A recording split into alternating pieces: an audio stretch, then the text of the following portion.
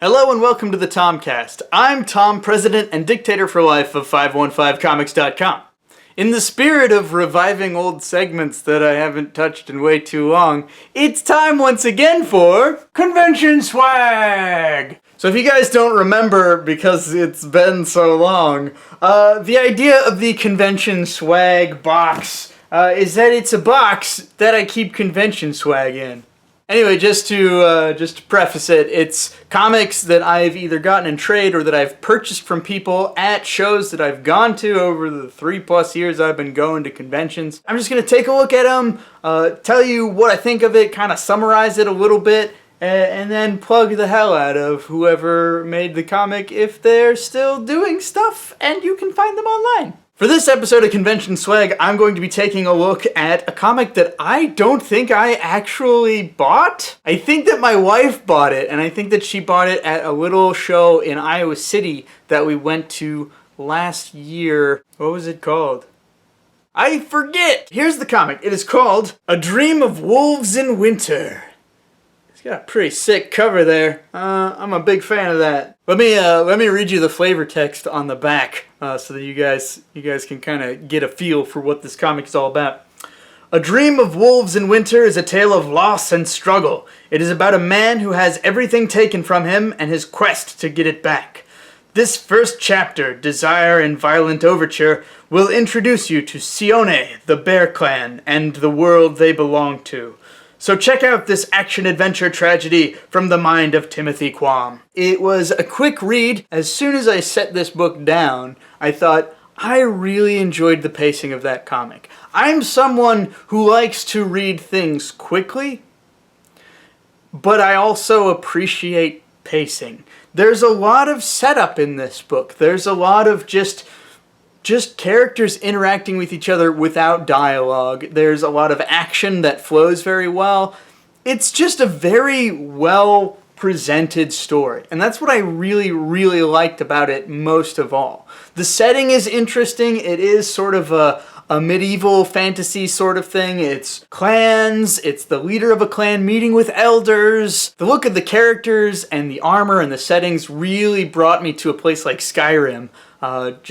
Just that was sort of the first thing that kind of popped to my mind. But also the show Vikings that Professor Trey has me watch whenever he can get me to watch it. I really get that kind of feel from the setting and sort of the attitudes of a lot of the characters. Like I said, there wasn't a whole lot of dialogue in this first chapter. It's basically just setting up what the quest that was mentioned in the flavor text on the back of the book is going to be. And actually, I think that works really well for this story and for the story that is being set up to be told, because you're really just seeing what is happening and what is going to be driving these characters that we're just getting the first meetings with. Sione, I don't know if I'm pronouncing that right, but Sione, the main character, does not speak a lot in this book. But again, because of the pacing and because there are so many panels that do not have dialogue but are there to show character movements, facial expressions, and just moving about in the world that is created in this book, I really get a sense that I know a lot about this character, and I'm very excited to see how he will continue his quest. I'm not really going to go too deep into the plot or into what actually happens in the book, because I would like to encourage people to go out and find these things and meet these artists and writers and purchase their stuff, because, you know, like, that's what I'm trying to do too. I don't think they'd appreciate it if I was like, here's everything you need to know about this book, don't have to buy it now. But you can follow Timothy Quam. He is all over the frickin' internet. He's on Twitter and Facebook, so you can find information about the projects that he's working on there. Also, this is Chapter 1. Chapter 2 is already out.